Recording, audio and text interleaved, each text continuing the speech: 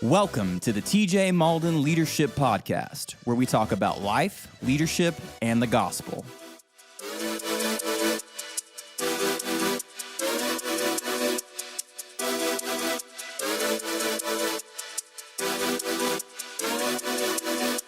Hey, thanks so much for hanging out with me today. Listen, today I have been looking forward to having this conversation for quite some time. I want to talk about wasted emotions. I'm not going to be talking about emotions in general. I'm not going to be talking about, butterflies and having great emotions and feeling great. I want to talk about wasted emotions because I believe this is a conversation that is rarely had.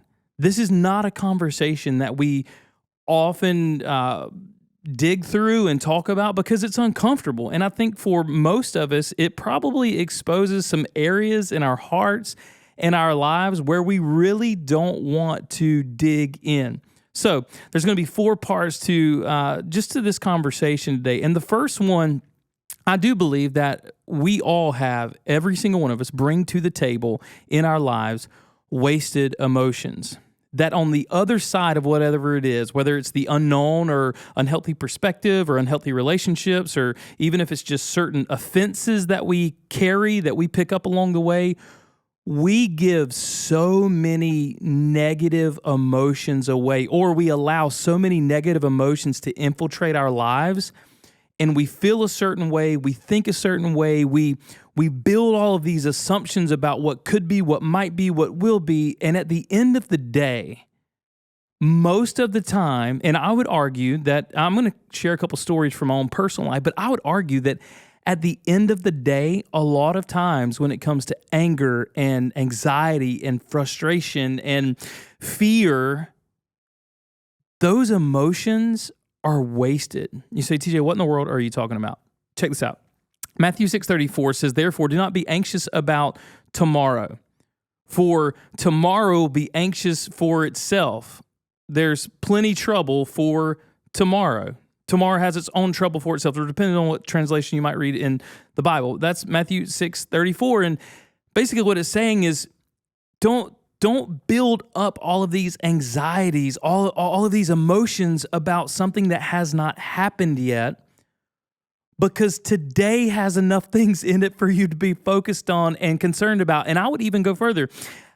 I feel like sometimes when we approach the unknown, whether it's it may be a new job, a new relationship, an opportunity of promotion, maybe there's a tough conversation or a hard conversation that you're going to have in your life.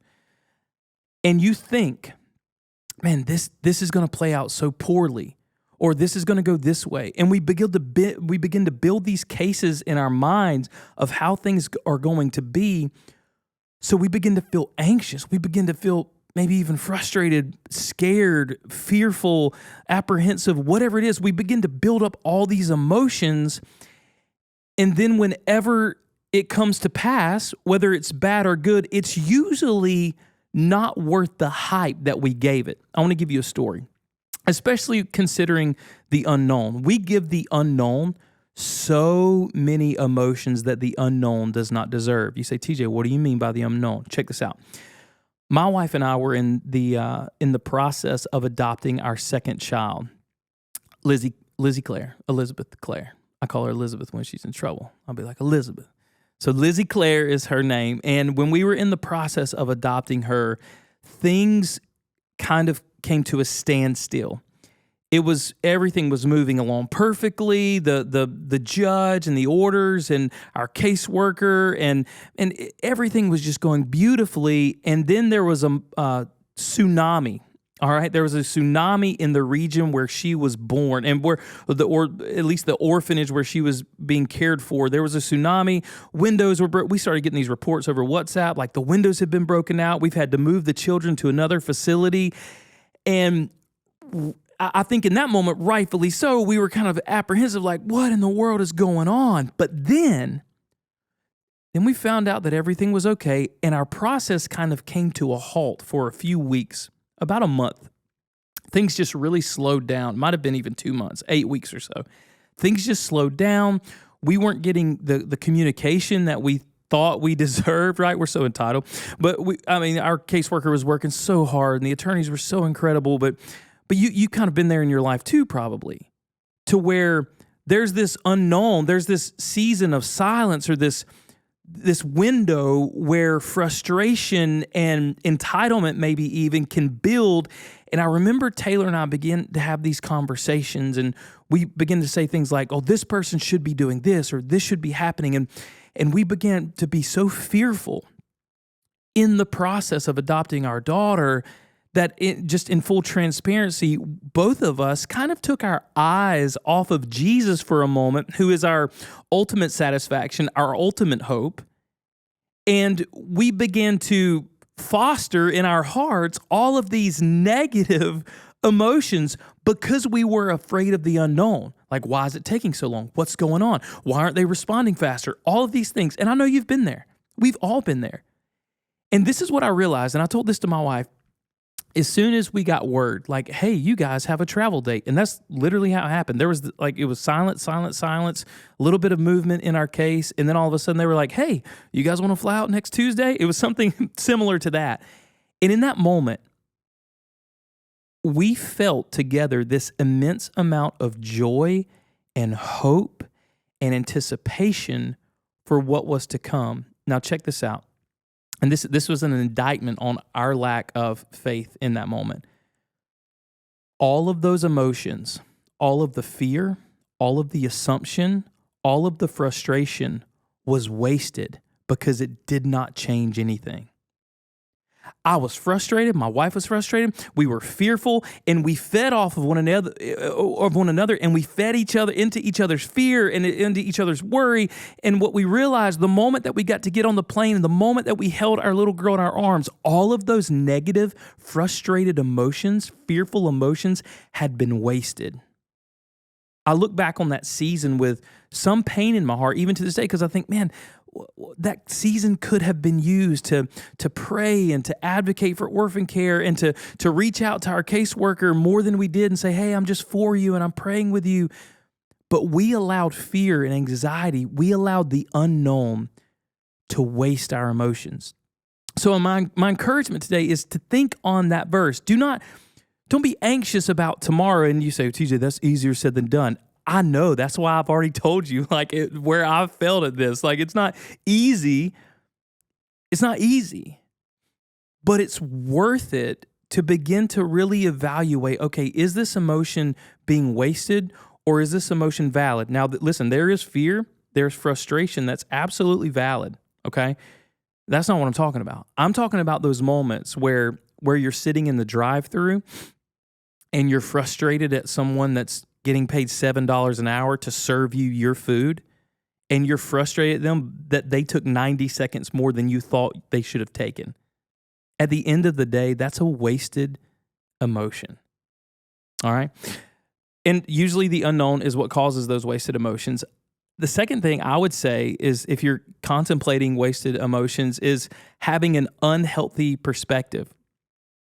There have been seasons in my life, and maybe in your life, where we have the wrong view of something or the wrong perspective, so we begin to waste emotions. That would be, I said this to someone not long ago. Someone was getting frustrated with a waitress at a restaurant, and I think I say things at the wrong time sometimes, with the best heart and the best intentions, but I'm just like, hey, blah, blah, blah, blah, blah. And it's probably not the best setting ever, but we were having lunch or dinner, I can't remember at the time, and it was just taking a while. It was taking a long time. And someone made a comment about the waitress, who had been very attentive and very apologetic. And this is what I thought, and there were people with me that felt frustration towards this girl who was, from every account that I could tell, doing her best. And I thought, and I said this, I said, can you imagine being frustrated with someone who is treating you like a queen and a king? Literally, her whole purpose in her job is to serve you everything that you need. And she's doing everything that she can to take care of us. So all of this frustration that we feel, or that people felt towards this poor girl that was running around, those were wasted emotions. because they had an unhealthy perspective. Now, shift that perspective, right? Just shift it a little bit. This girl is doing everything she can. I'm being treated like a king, a queen. She's kept my glass full. She's brought us drinks. She's checked in on us. Like, she is caring for us. When you begin to shift those perspectives, it allows you to regulate your emotions in a healthier way, because an unhealthy perspective will lead you to having wasted emotions, anger, fear, frustration. Just like the unknown, an unhealthy perspective will give you emotions that are not healthy, and ultimately they will be wasted. Again, every point I'll move, I'll give you kind of the perspective in the story, or a glimpse into the story. When everybody had their food in front of them and everybody was talking about how good the food was, nobody cared because of the conversations we were able to have. Nobody actually cared that it took that long to get our food. So all of those emotions, all of those accusations against that poor girl, she should work harder, she should be faster, whatever, all of that was wasted because someone at the table had an unhealthy perspective. Think about your life. Are there areas in your life right now where you're maintaining an unhealthy perspective and it's producing wasted, unhealthy emotions? You say, TJ, how do I escape that? Right? Like, how do I get over that? Well, I would encourage you to have a right perspective, to take off the lenses that you often look through, whether it be entitlement or self-righteousness, or you have a perspective about your own life, and just put on the lenses of someone else. Sit with someone else that sees things differently than you. Pick up a book and read a book of someone with a different perspective. I'll tell you this: there have been times our daughter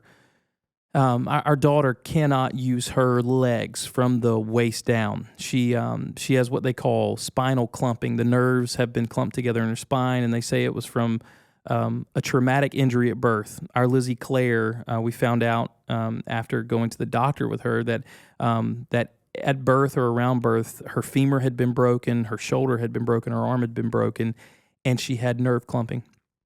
And there have been days where my perspective is, oh, I should be able to do this, or I should be able to do this better. And then I walk into the front door of my house and I see my little girl beaming with joy. She lets nothing stand in her way. And I think God put her in my life, at least, for a million different reasons. But one of those reasons is I can just take her lens occasionally. Take this lens of being unable to walk, unable to move like all of her friends. And I can put those little glasses on and look at my situation or my circumstance, and it realigns my perspective to be able to say, you know what? I think I'm okay. I think whatever emotions that I were feeling, whatever frustration I had, my mile time wasn't that great, or I didn't lift enough weight, or whatever it is, right, in life. Being able to see sometimes through someone else's eyes realigns and gives us the right perspective. So if you're feeling and experiencing unhealthy or wasted emotions, think, okay, am I just fearful of the unknown, or have I cultivated an unhealthy perspective?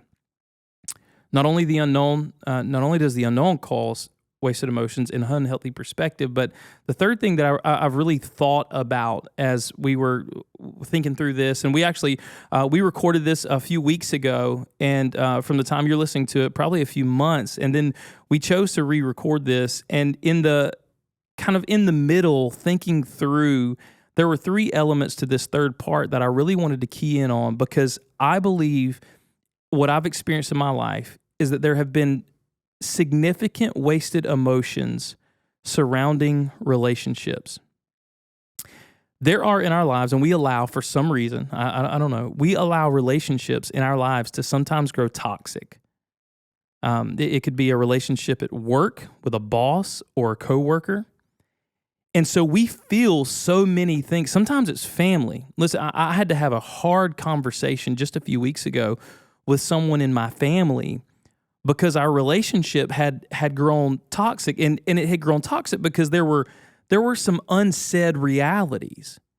And so I was experiencing some frustration, and I know they were experiencing some frustration and some disconnect, and I thought, man, all of this emotion, when we're sitting around at Christmas together and everybody's laughing and we've reconciled, all of this emotion is going to be wasted. So you may be experiencing that. You may be feeling anxiety or frustration. You may get up and say, man, I don't really want to go to work today because of this person, right? That's because you have some unhealthy relationships. I've seen it so many times here in our college ministry. I get the opportunity to work with at church, and I've even seen it in the workplace. People give themselves to jobs for years, jobs that they hate, under bosses they don't respect, surrounded by leadership that causes them to go home at the end of the day and be frustrated and upset. And their home life is negatively affected by their work-life balance because they have unhealthy relationships. I've seen it in the workplace. I've seen it in friendships. Friends who walk on eggshells and dance around the truth with one another, they cultivate these unhealthy relationships. And so all of this emotion, all this, sometimes, most of the time, this secret emotion that people are feeling that they will not broach with one another, it's all wasted because it doesn't help anything. It doesn't change anything. I think about the guy sometimes, and this scares me to death. It terrifies me for people. The guy that gets up and goes to a job he hates under a boss he doesn't respect for 40 years, and then he retires. And at the end of his life, at the end of his retirement, he's been at this company for 40 years. He gets a watch or a medal or whatever they do in corporate world. And if it's nonprofit, they usually just like bring you up on stage and say, hey, thanks, as you ride off into the sunset. But I think about this guy, and I think about all of those years, those 40 years, and you may be in year 2 of this or 10 of this, and this is why I want to say this today. I think about that job. Maybe it's not a job. Maybe it's a friendship. Maybe it's not just a friendship. Maybe it's a romantic relationship where you're dating someone and 1 year's turned into 2 into 5, and there's just this circle, this cycle, if you will, of unhealthy relationship. And this guy gets to the end of his 40 years. You get to the end of this relationship. Maybe it's a dating relationship that's unhealthy and you know you need to leave, but you're not leaving. It's a friendship that you know has been toxic for way too long, and you know you need to withdraw, but you won't. Maybe it's a job environment where you've been taken advantage of and you're feeling all of these emotions, but you think the paycheck is that important. Hear me say this. When that guy gets to the end of his life and he gets the watch or he gets the medallion, he has his retirement all locked away. There's 40 years of service and 40 years of work. That's great.